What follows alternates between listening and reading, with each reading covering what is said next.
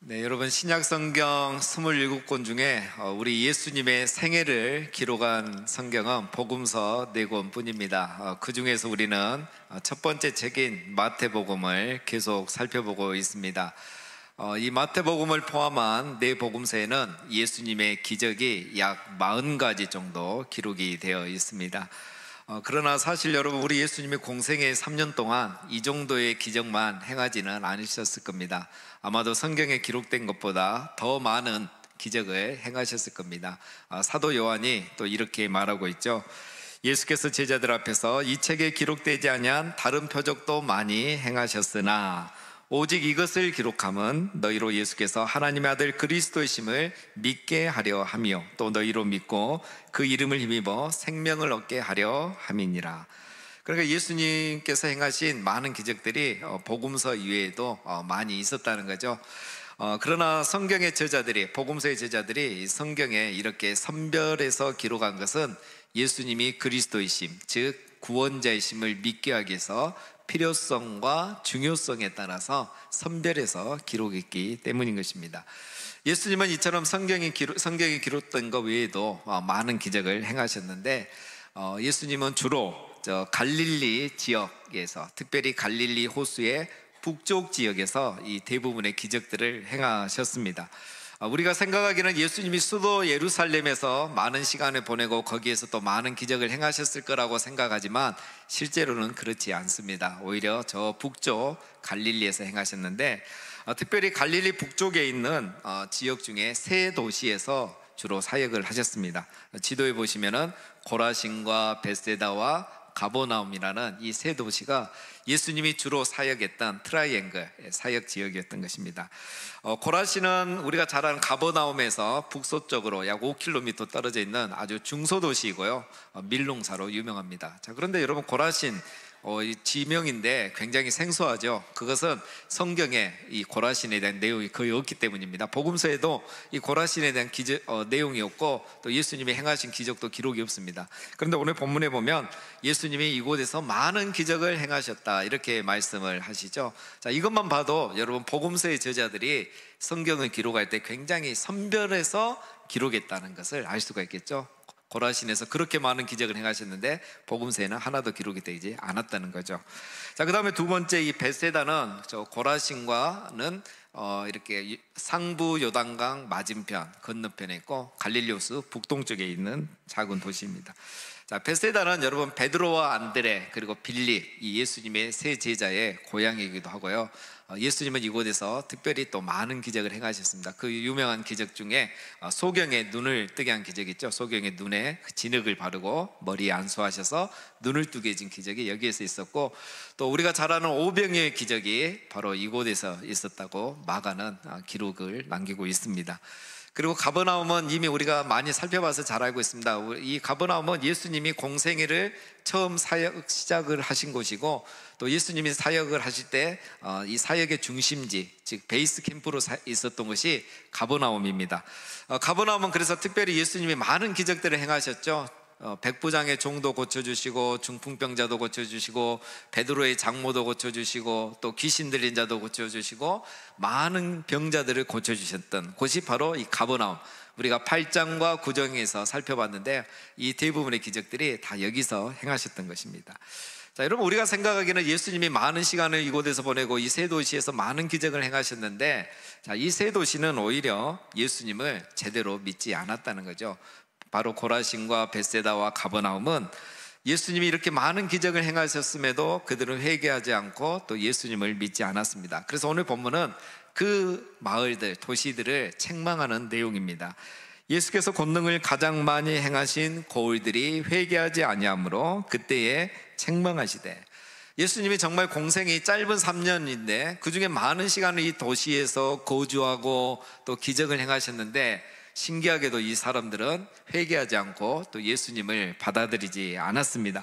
그래서 예수님이 한 도시씩 이렇게 책망하시는데 21절에 화 있을진저 고라시나 화 있을진저 벳세다야, 너희에게 행한 모든 권능을 드로와 시우도온에서 행하였다면 그들이 벌써 베옷을 입고 제에 앉아 회개하였을 것이다. 고라신과 벳세다에서 예수님이 많은 기적을 행했다는 거죠. 그런데 너희들은 회개하지 않았다, 나를 믿지 않았다고 말씀하십니다. 그러면서 이 회개하지 않은 이 두 도시 고라신과 베세다를 두로와 시돈에 이렇게 비유를 합니다. 자, 여러분, 두로와 시돈은 지중해 연안에 있는 이방 나라의 도시입니다. 이 고라신과 베세다로 하면 북서쪽 끝으로 가면 지중해가 있죠. 그 지중해 연안에 있는 이방 나라의 도시인데요, 이 두 나라는 지중해 이 바다를 끼고 있기 때문에 무역을 하는 도시입니다. 그래서 주로 아프리카와 유럽으로 무역을 하면서 굉장히 잘 사는 부유한 도시가 바로 이 두로와 시돈이고요, 또 동시에 아주 천의 요새여서 아주 견고하고 다른 나라의 침입을 받지 않고 함락되지 않은 그런 역사적인 도시입니다. 우리에게는 생소하지만 역사에 관심 있는 분들은 이 페니키아의 역사를 보면 이 두로와 시돈이 자주 나오고 아주 유명합니다. 그래서 여러분, 이 천의 요새인 이 두로와 시돈은 역사적으로 보면 거의 함락된 적이 없는데 헬라 시대에 알렉산더 대왕에게 이 두로가 드디어 함락이 된 그 역사적인 사건이 있습니다. 강에 뚝을 내서 결국 알렉산더가 점령을 하게 되죠. 자, 그래서 여러분, 이 두로와 시돈은 역사적으로 유명합니다. 뭘로 제일 유명하냐면 바로 두로와 시돈은 부유함과 교만함의 상징으로 그렇게 알려져 있습니다. 여러분, 북이스라엘의 아합 왕의 아내가 이세벨이죠. 이 이세벨이 바로 이 시돈의 공주입니다.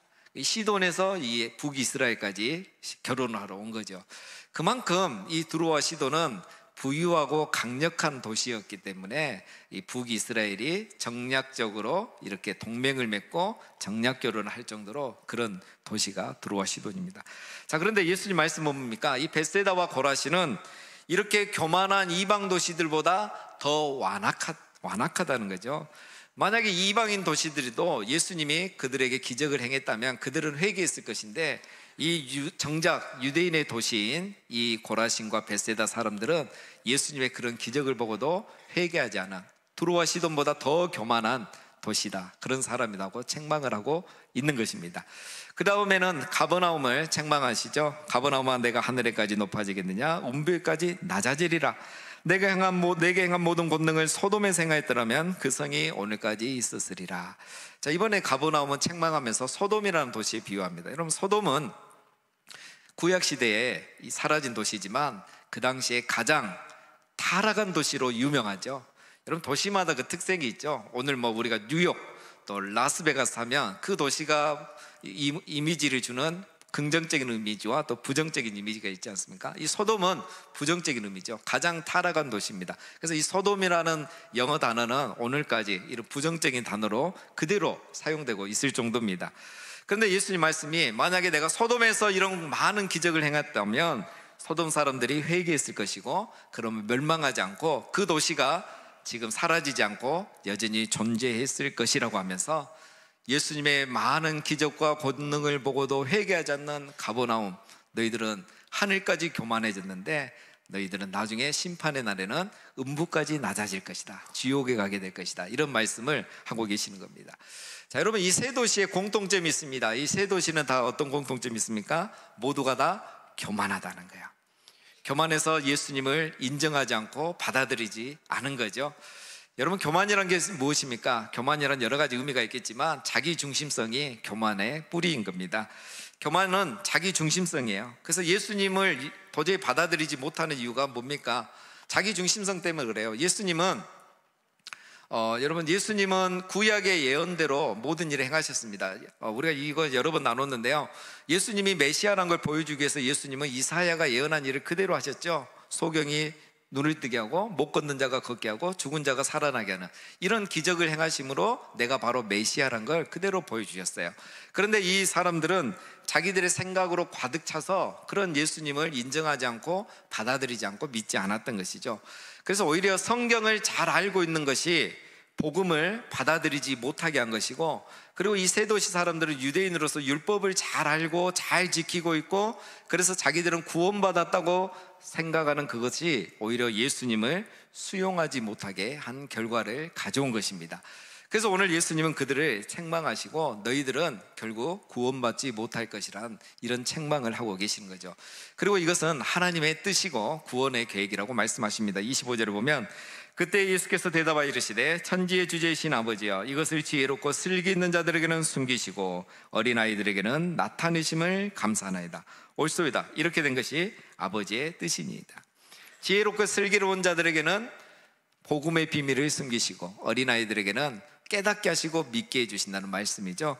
전자는 바로 하나님을 잘 안다고, 말씀을 잘 안다고 생각하는 이 세 도시의 사람들, 그리고 유대인 중에 또 바리새인, 서기관, 제사장들을 말하겠죠.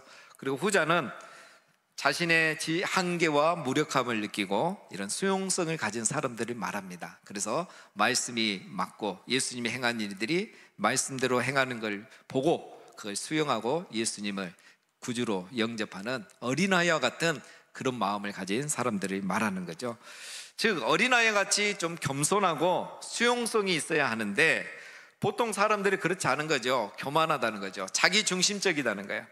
그래서 자기 생각에 가득 차서 자기 지식으로 자기가 생각하는 것으로 바운더리를 정해서 예수님을 인정하지 않고 예수님을 받아들이지 않고 믿지 않기 때문에 구원받지 못하고 복음을 믿지 못하고 그래서 마음의 평강과 쉼을 누리지 못하고 있다고 말씀하고 계시는 겁니다. 자, 여러분 세례 요한이 세상에 나타나서 제일 먼저 했던 말씀이 무엇입니까? 그리고 우리 예수님이 공생애를 시작하시면서 제일 먼저 선포했던 말씀이 무엇입니까? 회개하라 천국이 가까이 왔느니라죠. 이제 천국이 왔다는 거예요. 하나님 나라가 임하기 시작한다는 거예요. 그래서 누구든지 하나님의 나라에 들어가고 즉 하나님 나라를 누리면서 살아야 되는데 그 첫 번째 관문이 뭐라 그러죠? 회개하라. 회개라는 겁니다. 그러니까 여러분 교만과 회개는 반대죠. 교만은 자기 중심성이라면 회개는 자기 중심성을 벗어나서 하나님 중심이 되는 것을 말합니다. 그래서 내가 아는 지식이 아니라 내가 쌓은 선행이 아니라 내가 가진 부유함이 아니라 우리는 예수님이 없으면 살 수 없다는 것을 인정하는 것이 회개의 시작이고 겸손인 것입니다. 우리는 혼자서는 살 수 없고 참된 만족과 쉼도 얻을 수 없다는 것을 인정하는 거죠.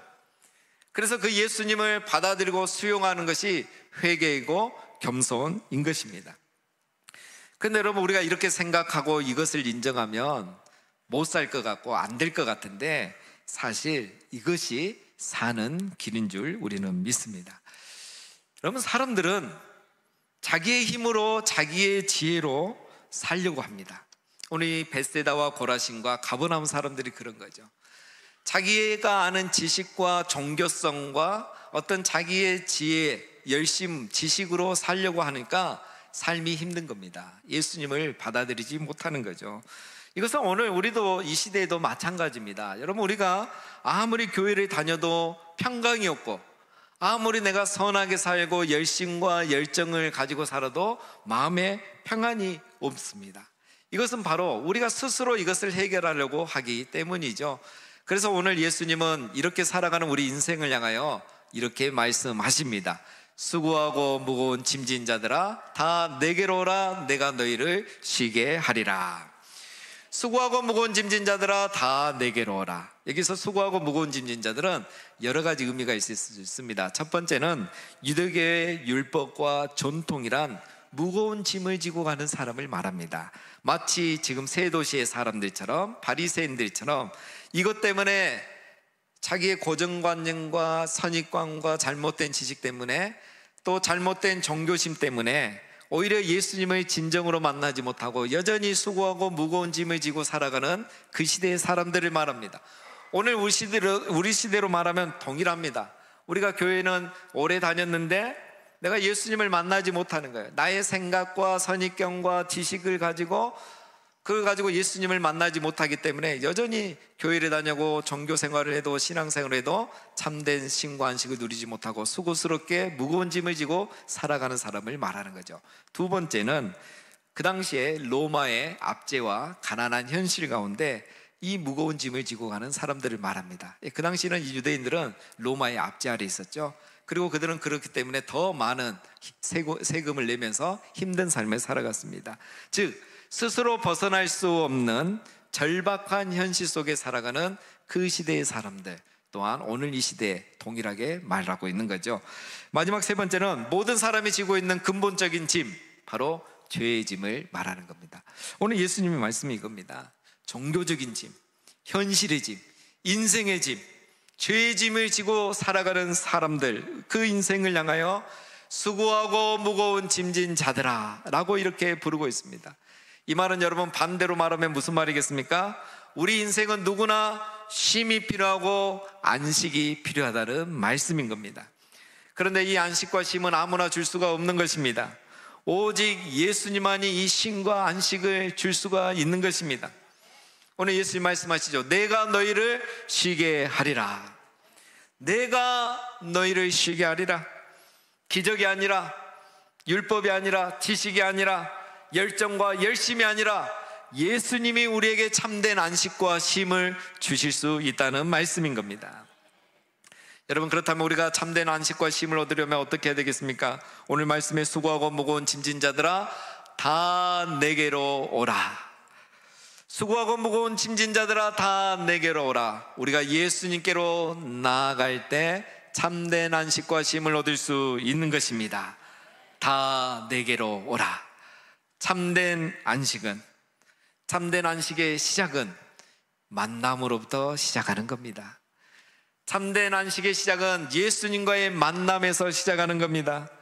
예수님을 만날 때 우리는 여러분 참된 안식과 쉼을 누릴 수 있는 것입니다. 이 세 도시의 사람들이 예수님의 많은 기적을 보고도 참된 쉼과 안식을 누리지 못한 이유가 무엇일까요? 예수님이 많은 기적을 행하셨는데 사실 요즘은 기적이란 건 뭡니까? 기적이란 것은 예수님이 하나님이란 것을 가리키는 화살표와 같은 거예요. 이 기적을 보고 저분이 하나님이고 구원자인 것을 믿으라는 거죠. 그런데 이 세 도시 사람들은 이 기적만 보고 예수님을 보지 못한 거예요. 예수님께 나가지 않은 거죠. 믿지 않은 겁니다. 율법도 마찬가지입니다. 여러분, 율법은 무엇입니까? 율법은 예수님께로 인도하는 그림자죠. 율법을 보면 우리 예수님이 보이죠. 그래서 이 율법을 통해서 예수님을 봐야 되는데 사람들이 이 율법만 지키고 그 전통만 지킨다고 예수님을 못 보는 거예요.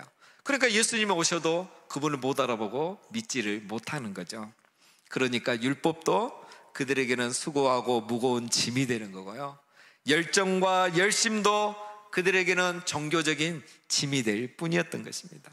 그러니 열심히 살아도 또 열심히 신앙생활해도 삶과 신앙 가운데 그들에게는 참된 안식과 쉼이 없었던 것입니다. 그래서 그들은 신앙도 삶도 오히려 그것이 다 수고하고 무거운 짐이 되었던 것이죠. 사랑하는 여러분, 우리가 참된 안식과 쉼을 얻으려면 우리 예수님께 나아가서 그 예수님을 만나야 하는 것입니다. 말씀을 많이 하는 것도 중요합니다. 그러나 말씀을 아는 것으로 끝난 게 아니라 이 말씀을 통해서 예수님께 나가고 예수님을 만나야 하는 것입니다. 우리가 기도하고 체험하고 기적을 경험하고 기도 응답을 받는 것도 중요하지만 거기서 끝나는 게 아니라 이 체험을 통해서 예수님께 나아가서 예수님을 만나야 하는 것입니다. 이게 중요한 거예요. 요즘 우리 교회 이제 새벽 기도에 요즘 나오신 분들이 많습니다. 그리고 금요 기도에도 요즘 많은 분들이 나오세요. 우리 청년들도 많이 나오고요. 너무 기쁘고 감사한 일이죠. 그런데 제가 바라는 것이 한 가지 더 있습니다. 여러분, 우리가 열심히 말씀을 듣는 것도 중요하지만 이 말씀을 통해서 우리가 예수님께 나가고 예수님을 만나는 역사들이 일어나야 하는 것입니다. 기적만 보는 게 아니라 말씀 듣고 은혜만 받는 게 아니라 그 말씀 듣고 예수님께 나가서 기도하게 되고 그러다 보니까 간절히 기도하고 시간이 부족하고 그래서 그 예수님을 만나는 역사들이 우리 안에 일어나야 하는 것입니다. 그래서 침묵 기도가 아니라 간절한 기도가 돼야 되고 그냥 기도 우리가 하는 의무적인 시키는 기도가 아니라 내가 자원해서 자발적으로 하나님을 예수님을 만나기 위해서 하는 그런 기도가 돼야 돼요. 제가 오래전에 그 순복음교회에 이렇게 주일 예배를 참석해 본 적이 있습니다. 순복음교회가 이렇게 부흥하는 이유가 있더라고요.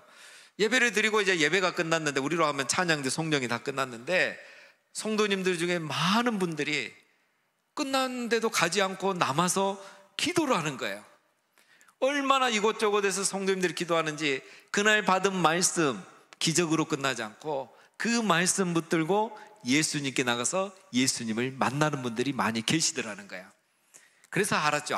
순복음교회가 정말 예배가 살아있고 이렇게 우리나라에서 큰 기독교의 붕의 역사를 이룬 이유가 여기에 있구나.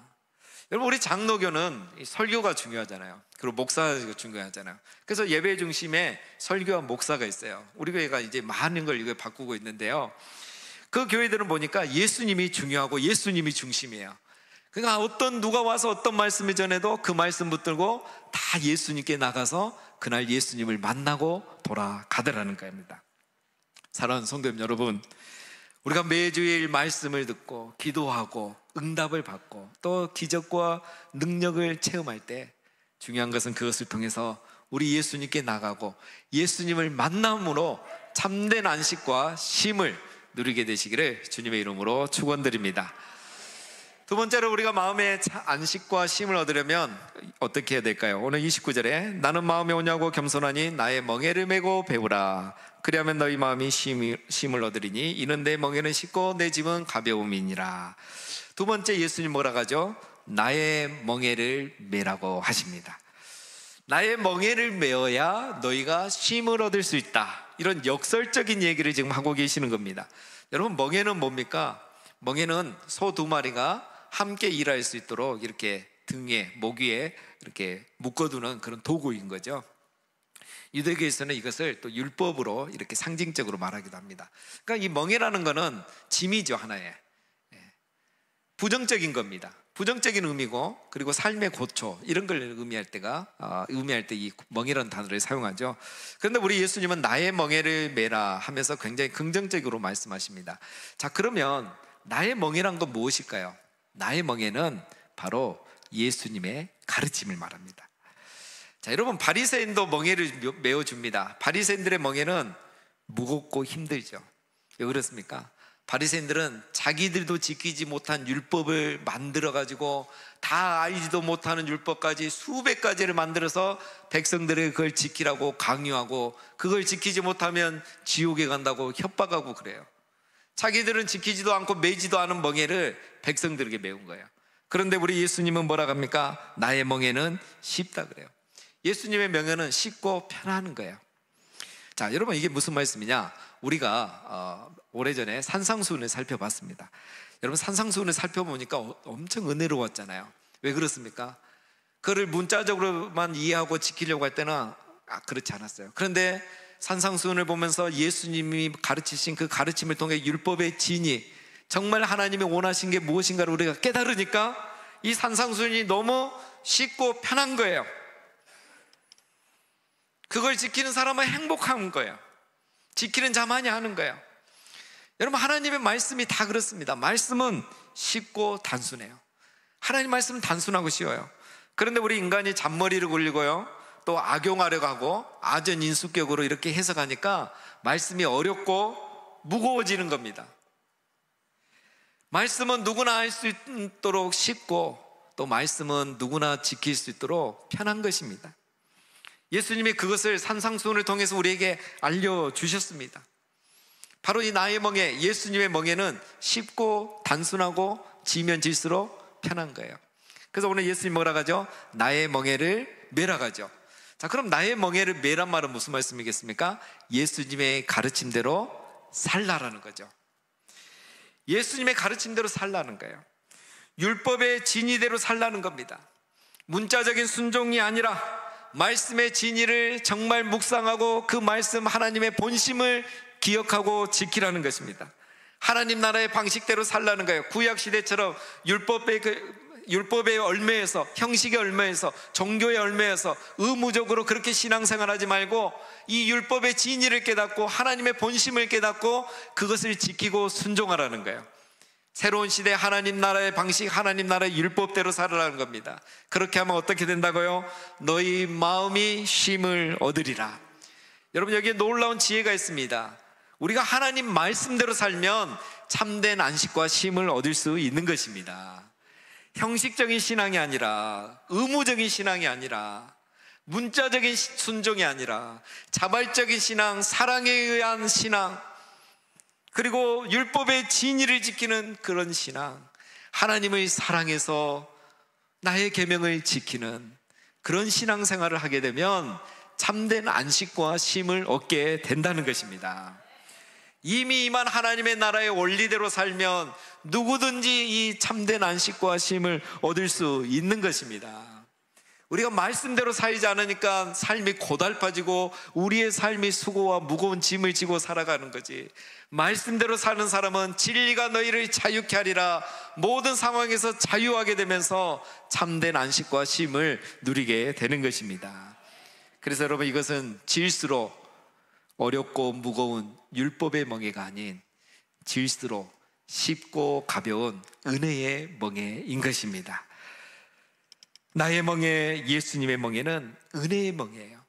예수님의 가르침은 은혜의 멍에입니다. 바로 쉼을 주는 멍에예요. 그래서 짐을 진 자들 내게로 오라 해서 예수님이 짐을 다 대신 져주는 게 아닙니다. 오히려 예수님이 짐을 주시는 거죠. 나의 멍에를 지면, 예수님의 가르침대로 살면 너희가 마음의 쉼을 얻으리라고 말씀하십니다. 사랑하는 성도 여러분, 우리가 예수님의 가르침대로 살 때 삶이 가벼워지고 편안해지는 은혜를 누리게 되는 것입니다. 내 짐은 가벼우니라.